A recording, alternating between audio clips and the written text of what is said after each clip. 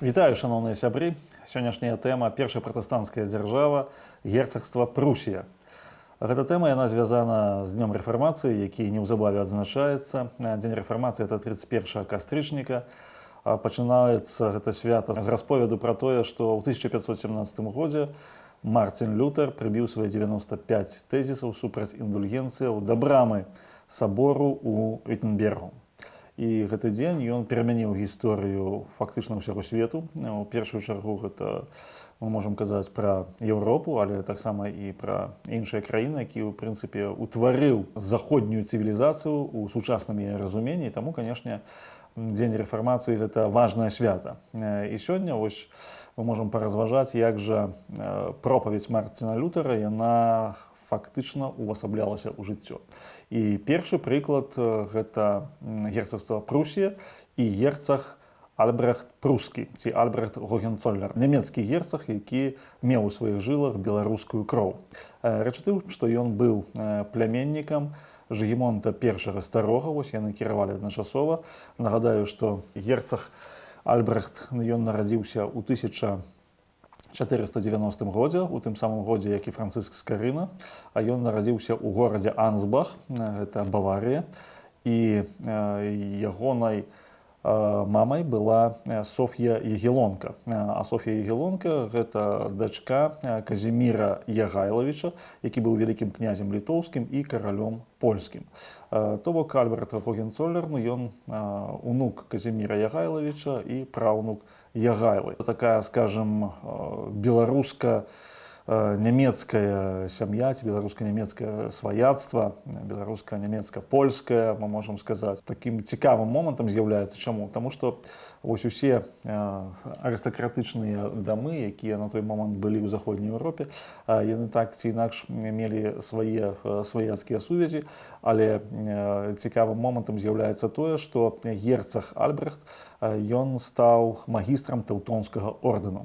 Тэўтонскі ордэн ён спрадвечны вораг Вялікага княства Літоўскага і каралеўства польскага. Пачынаючы з 1227 году, калі князь Конрад Мазавецкі ён запрасіў нямецкіх рыцараў ордэну святой Дзевы Марыі змагацца з паганцамі, прусамі ў Памераніі ці Памор'і, ад таго часу ішла вайна. Вайна, якая з цягам часу ператварылася ў такое супрацьстаянне нямецкага ордэну, нават двух нямецкіх ордэнаў, Тэўтонскага ордэну і ордэна мечаносцаў з каралеўствам польскім і вялікім княствам літоўскім. Этапы гэтай вайны яны добра вядомыя. Кульмінацыяй гэтага змагання была Грунвальдская бітва, якая адбылася 15 ліпеня 1410 году, і ў гэтай бітве аб'яднаныя войскі Ягайлы і Вітаўта перамаглі тэўтонцаў. Быў забіты нават магістр Ульрых фон Юнгенген, быў заключаны Торунскі мір, але, нягледзячы на страшэнную паразу, Тэўтонскі ордэн ён захаваўся. Захаванасць Тэўтонскага ордэну яна стварала дадатковую небяспеку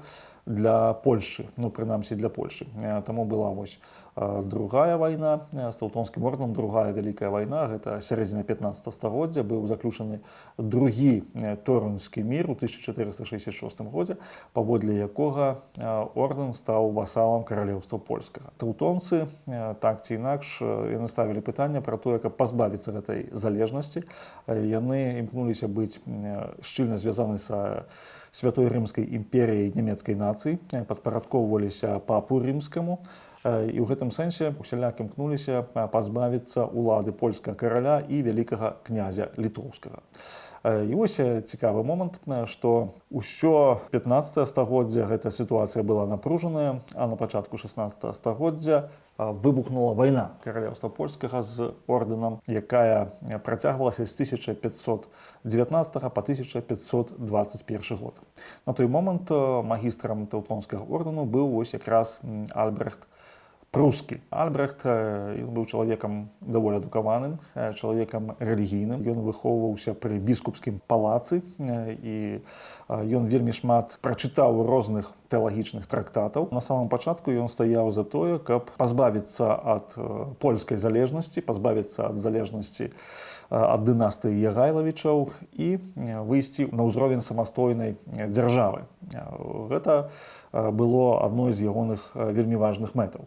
Але ягонае жыццё і жыццё ягонай дзяржавы перамяніла пропаведь Марціна Лютера. Рэч у тым, што за 2 гады да пачатку Вайны Польшчы з Тэўтонскім ордэнам прагучала тая знакамітая пропаведь пра неабходнасць пакаяння, пра неабходнасць жыць верай, пра неабходнасць чытаць святое пісанне, пра неабходнасць асабістых адносінаў з Ісусам Христом. Гэту пропаведь сказаў Марцін Лютер. Яго падтрымаў курфюрст Фрыдрых Саксонскі, і пачалася рэфармацыя. Рэфармацыя, якая ахапіла вялікую частку нямецкіх земляў. І пазнаёміўшыся з пропаведдзю Марціна Лютера, Філіпа Меланхтона, Альбрэхт Прускі, ён знайшоў яе не проста цікавай для сябе, а ён знайшоў тое, што яна адкрывае новае бачанне адносінаў чалавека з Богам, новае бачанне хрысціянскай дзяржавы. І ён натхніўся гэтым настолькі, што задумаўся, каб рэфармаваць сваю дзяржаву на аснове пропаведзі Марціна Лютера. Тым больш, што вайна ішла даволі няпроста для тэўтонскага ордэну. Ордэнскія войскі пацярпелі шэраг паразаў, нягледзячы на тое, што ордэну дапамагала маскоўская дзяржава, нягледзячы на тое, што ордэну дапамагала Святая Рымская імперія, Польшча і Вялікае княства Літоўскае, саюзныя войскі. Польскія войскі змагаліся з тэўтонскім ордэнам, а войскі Вялікае княства Літоўска з маскоўскай дзяржавай атрымлівалі перамогі. І гэтыя перамогі яны прымушалі тэўтонскага магістра да заключэння міру. В 1521 годзе было заключена невялікае такое замірэнне на 4 гады, і станавілася зразумела, што калі Альбрэхт не знойдзе саюзнікаў для працягу барацьбы, то праз 4 гады ён татальна прайграе вайну і ўвогуле можа апынуцца ў складзе каралеўства польскага. Эрцгерцаг Максімільян, які стаў імператарам Святой Рымскай імперіі, ён цалкам адмовіўся дапамагаць тэўтонскаму ордэну, і гэты выбар стаў яшчэ больш жорсткім. Таксама фактычна было вельмі складана атрымаць грошы ад Масквы, таму што маскоўскі вялікі князь Васіль III абяцаў вялікую суму для наймання пяхоты і конніцы. Але гэта сума магла прыйсці, магла не прыйсці, незразумела, ці будуць дапамагаць маскоўскія валадары тэўтонскаму ордэну. І тут паўстала пытанне заключэння міру, доўгатэрміновага міру з каралеўствам польскім, са сваім дзядзькам родным Жыгімонтам I старым. Альбрэхт Прускі ў гэтай сітуацыі ён вырашыў выкарыстаць яе не толькі для таго, каб знешні мір атрымаць, а каб рэфармаваць цалкам сваю краіну. Яшчэ ў 1523 годзе адзін з біскупаў, самбійскі біскуп Георг Поленц, ён у Кёнігсбергу на Раство сказаў пропаведь. Пропаведь, якая ўзрушыла ўсіх, хто прысутнічаў тады ў кафедральным касцёле. Асноўнай тэмай пропаведзі было, што хрысціянін павінен жыць толькі паводле пісання, а значыць ведаць гэта пісанне, і збаўляецца ён толькі праз веру, але не добрымі справамі. Што добрыя справы яны не дапамогуць, яны ў прынцыпе не патрэбныя для збаўлення, а наадварот яны вынікаюць з таго, што калі чалавек збаўлены, ён і робіць гэтыя добрыя справы. Яны вынікаюць з таго, што чалавек ён спачатку становіцца хрысціянінам сапраўдным, а пасля ён пачынае рабіць добрыя справы, але ніяк не наадварот. Пропаведь яна настолькі ўзрушыла кёнігсбергцаў і у тым ліку герцага Альбрэхта, што ён звярнуўся да капітулы, да кіраўніцтва тэўтонскага ордэна з тым, каб ордэн рэфармаваўся і перастаў існаваць як манаская клерыкальная дзяржава, а зрабіўся дзяржавай рэфармаванай. Многія кажуць, што гэта была секулярызацыя тэўтонскага ордэна. У нейкім сэнсе секулярызацыя ў тым сэнсе, што была канфіскавана вялікая маёмасць тэўтонскага ордэна пазней. Але насамрэч, калі браць гэта, то гэта было паглыбленне хрысціянства. То у тэўтонскім ордэне кіраўніцтва яго складалася з ліку манахаў-рыцараў. Хрысціянства яно ў пэўным часе зрабілася даволі фармальным. Мэта герцага Альбрэхта было, каб хрысціянства стала глыбокім, стала сапраўдным, стала біблійным. Гэта быў такі дух часу. Я ўжо цытаваў асноўныя тэзісы пропаведзі Георга Полянца, які прапаведаваў на Раство 1523 году. Вельмі цікавым момантам з'яўляецца, што гэты ж біскуп у пачатку 1524 году, а гэта быў самы вядомы біскуп у Прусіі, ён прапаведаваў на катэдры ў Кёнігсбергу, ён выступіў за ўжыванне роднай мовы веруючых у набажэнстве. Больш дакладна ён выступіў супраць лаціны, татальнага ўжывання лаціны і за ўжыванне роднай мовы. Больш дакладна родных моваў. Таму што на тэрыторыі прускае герцагства, якое ўжо стала з 1525 году, там жылі розныя народы. Там жылі немцы, там жылі літоўцы, там жылі палякі, там жылі прусы. І вось біскуп, ён выступае за тое, каб кожны народ чуў Слова Божае на сваёй мове. Гэта ўжо было вельмі блізка да пропаведзі Марціна Лютера.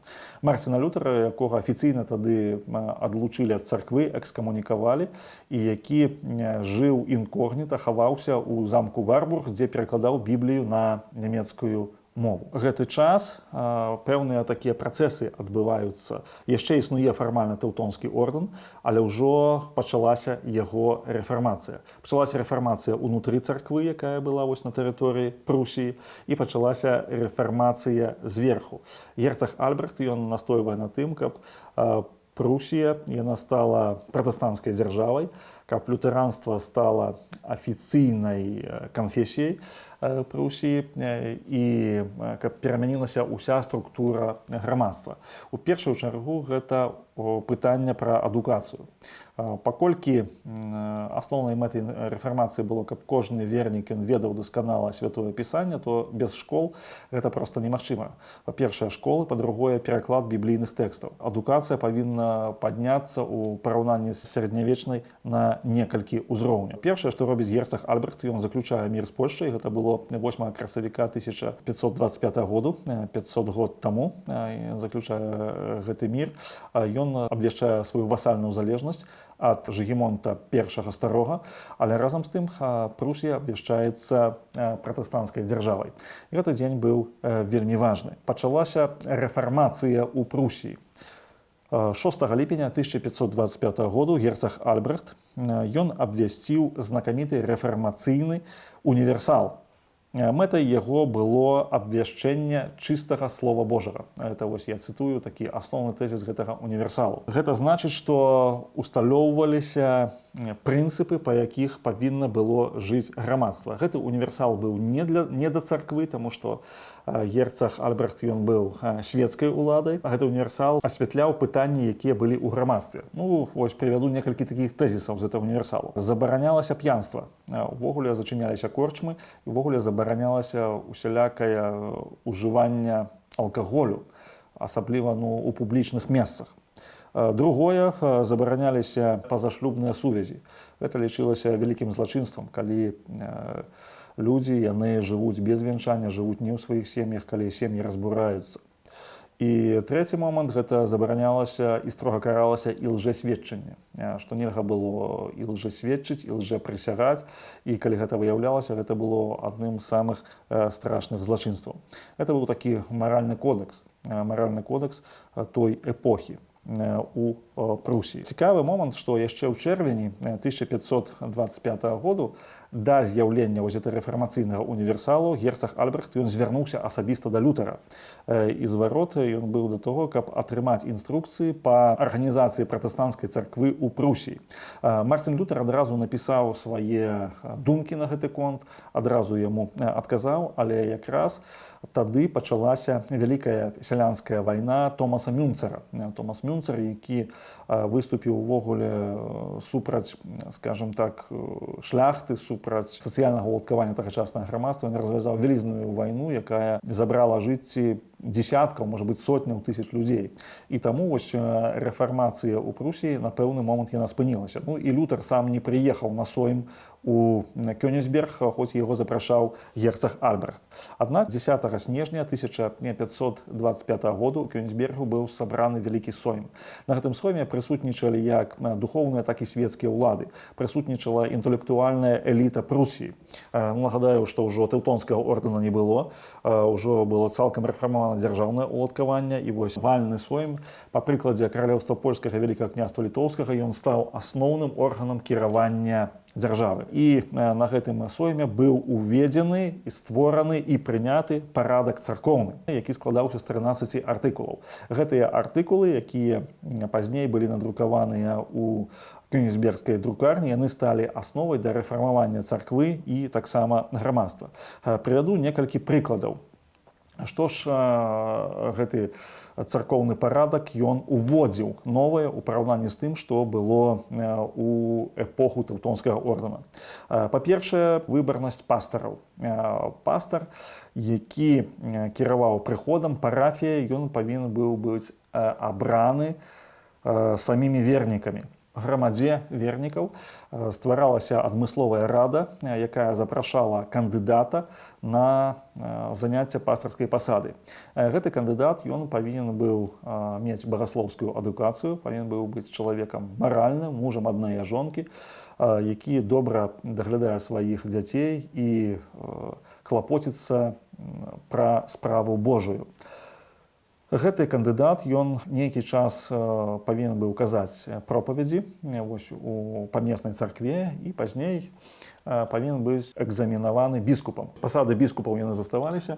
Біскуп, які экзаменаваў гэта кандыдата, ён казаў, што гэты кандыдат дастойны заняць пасаду пастара, і тады адбывалася галасаванне. Вось выбраны пастар, ён заставаўся на пажыццёвым урадзе, як тады казалі, на пажыццёвым служэнні пастарскім. Кандыдатура чалавека, які з'яўляецца святаром, яна ўжо не залежала ад нейкіх цэнтральных органаў, ці ад Ватыкану, ці ад біскупа. Яна залежала ад канкрэтнай памеснай царквы, ад канкрэтнай памеснай грамады. Таму вось гэта выбарнасць пастароў. Другі пункт, ён тычыўся матэрыяльнае забеспячэнне пастараў. Матэрыяльнае забеспячэнне таксама клалася вось на грамаду, таму што грамада павінна была даваць магчымасць жыць і служыць, каб пастар мог добра выконваць свае абавязкі. Трэці пункт пра наведванне царквы. Соймавая пастанова, што кожны хрысціянін павінен кожную нядзелю наведваць набажэнства. Нельга было не наведаць набажэнства без паважлівай прычыны.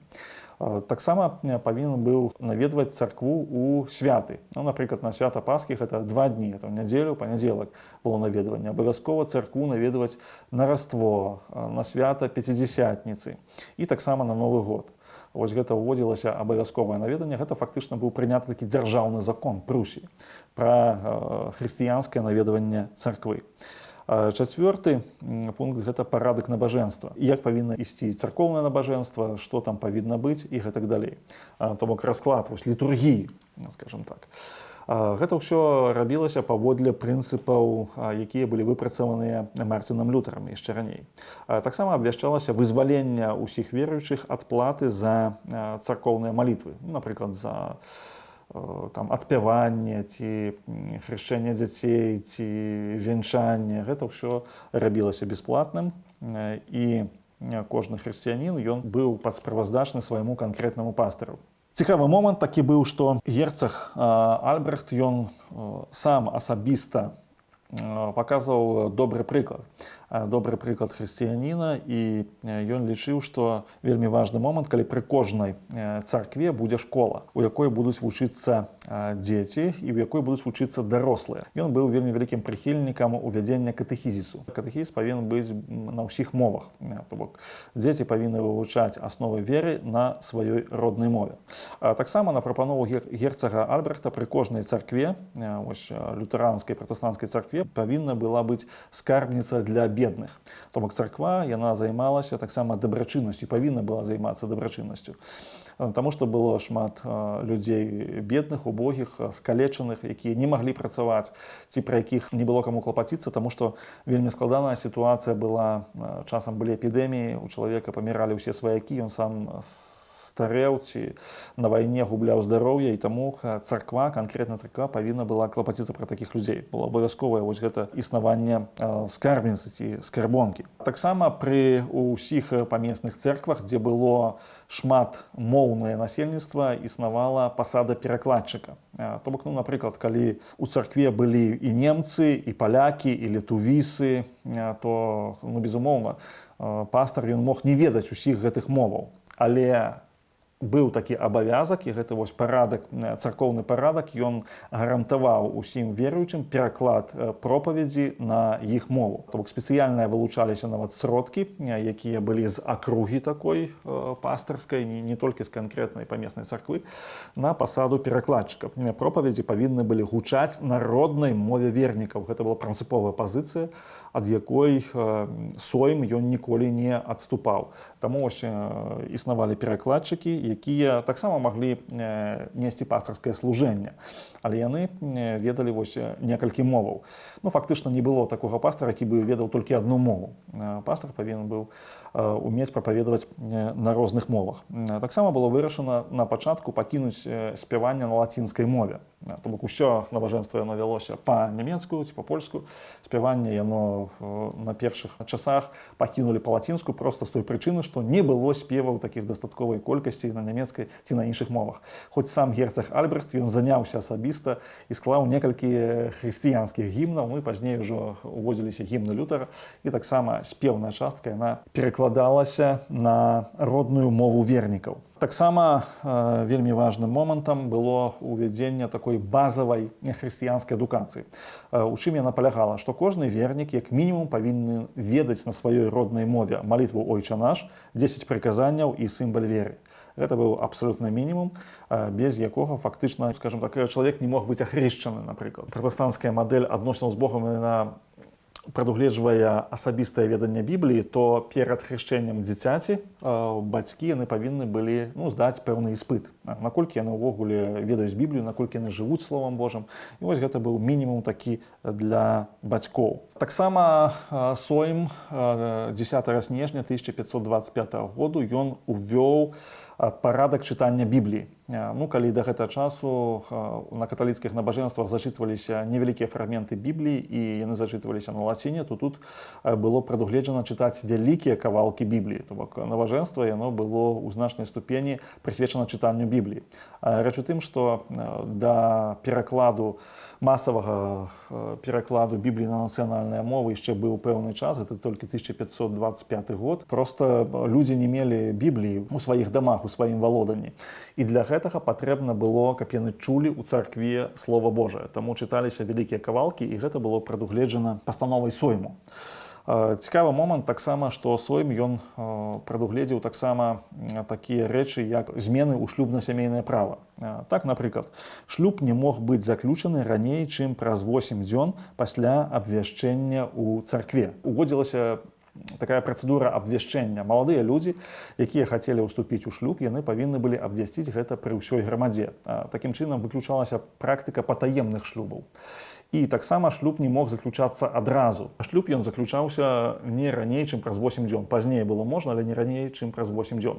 Вось гэта ўводзілася інстытут абвяшчэння ў царкве перад царквой, тыя, хто хочуць уступіць у шлюб, і сам шлюб ужо, само вяселле, яно таксама парадак вяселля гэты рэгламентаваўся. Цікавы момант, што была афіцыйная забарона маліцца за памерлых. Ну, гэта ўжо царкоўная была забарона маліцца за памерлых, таму што гэтая малітва беспрадметная, так і пісаліся, беспрадметная, бо чалавек, які памёр, ён ужо стаіць перад судом Божым. І маліцца патрэбна толькі за жывых людзей, каб кожны жывы чалавек, ён стаў на шлях праведнасці і вызнаў Ісуса Хрыста пры сваім зямным жыцці. Кіраваў царквой, лютэранскай царквой у Прусіі сінод. Сінод, які выбіраліся найбольш знакамітыя, дасведчаныя пастары, і які прымаў рашэнні ў тых ці іншых складаных пытаннях. Вось такі быў асноўны звод правілаў, звод законаў, які быў прыняты на Сойме 10 снежня 1525 году ў Кёнігсбергу. І з гэтага часу фактычна ён пачаў уводзіцца ва ўсіх парафіях, пачалася рэфармавацца царква і рэфармавалася дзяржава.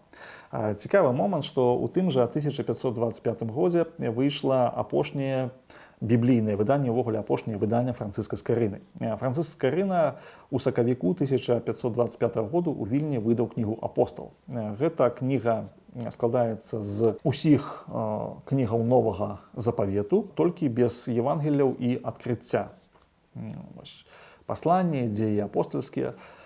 І выданне Францыска Скарыны яно паслужыла такім вельмі важным штуршком для рэфармацыі ў Беларусі, таму што эта кніга была выдадзена на беларускай мове. Праз 5 гадоў пасля выдання Скарынам апостала герцаг Альбрехт Прускі запрасіў яго ў Прусію да сябе, ў Кёнігсберг.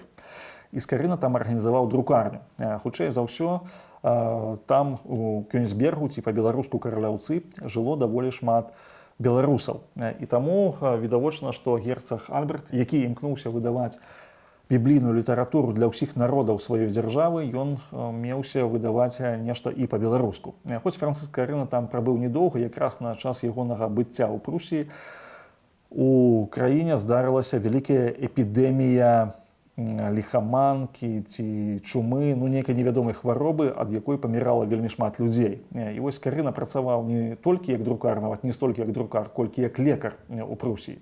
Мы не ведаем прускіх выданняў Францыска Скарыны, але мы ведаем дакладна, што сам герцаг Альбрехт Прускі хадайнічаў за асабістыя справы Скарыны і нават спісваўся ў пытанні доктара Францыска Скарыны з канцлерам Вялікага княства Літоўскага Альбрехтам Гаштольдам. Таму таксама вось герцаг Альбрехт ён падняў Францыска Скарыны на новы ўзровень. Фактычна асоба Скарыны яна выйшла на міждзяржаўны ўзровень, і дзейнасць Скарыны у ягонай справе ліставаліся паміж сабой манархі розных краінаў. 1544 годзе герцаг Альбрехт ён рэалізаваў сваю даўнюю мару і арганізаваў першы пратэстанцкі універсітэт у Кёнігсбергу. Гэта быў другі ўвогуле ў свеце пратэстанцкі універсітэт пасля Марбурга, але першы пратэстанцкі ў Кёнігсбергу. Гэты універсітэт ён быў прызначаны для пропаведзі Евангелія. Так і запісана ў ягоным статуце, што мэта адукацыі людзей, каб яны прапаведавалі Евангелие. У гэтым універсітэце вучыліся знакамітыя прадстаўнікі розных краінаў. У першую чаргу гэта, канешне, былі з нямецкіх земляў, але таксама былі з Вялікага княства Літоўскага, з Польшчы. Вось адзін такі выпускнік і выкладчык гэтага універсітэту Абрагам Кульва, ён быў заснавальнікам першай пратэстанцкай школы ў Вільні ў 1538 годзе. І Абрагам Кульва пасля таго, як яго выгналі з Вільні за тое, што ён пачаў прапаведаваць евангельскую веру, ён заснаваў кафедру біблейскіх моваў у Кёнігсбергскім універсітэце. Такім чынам, канешне, універсітэт таксама быў звязаны з Вялікім княствам Літоўскім. І ў цэлым, калі браць за гістарычную перспектыву, ці глядзець з гістарычнай перспектывы на вось гэта рашэнне Альбрехта Прускага рэфармаваць тэўтонскі ордэн, то гэта рашэнне дало вялікі плён. Прусія не толькі захавалася, а праз пэўны час яна стала адной з самых магутных дзяржаў у Еўропе і нават у свеце. І арганізавала нават германскую імперію. Гэта, конечно, паслужыла вялікаму развіццю нямецкай мовы, нямецкай культуры. Гэта паслужыла вялікаму ўзняццю цывілізацыі ў нашым рэгіёне. А Кёнігсберг стаў адным з такіх важных універсітэцкіх цэнтраў.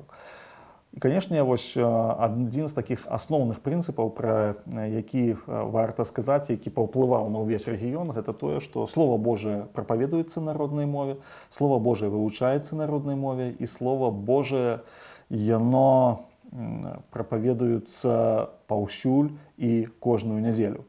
Гэта вельмі моцна паўплывала як на Польшчу, так і на Вялікае княства Літоўскае.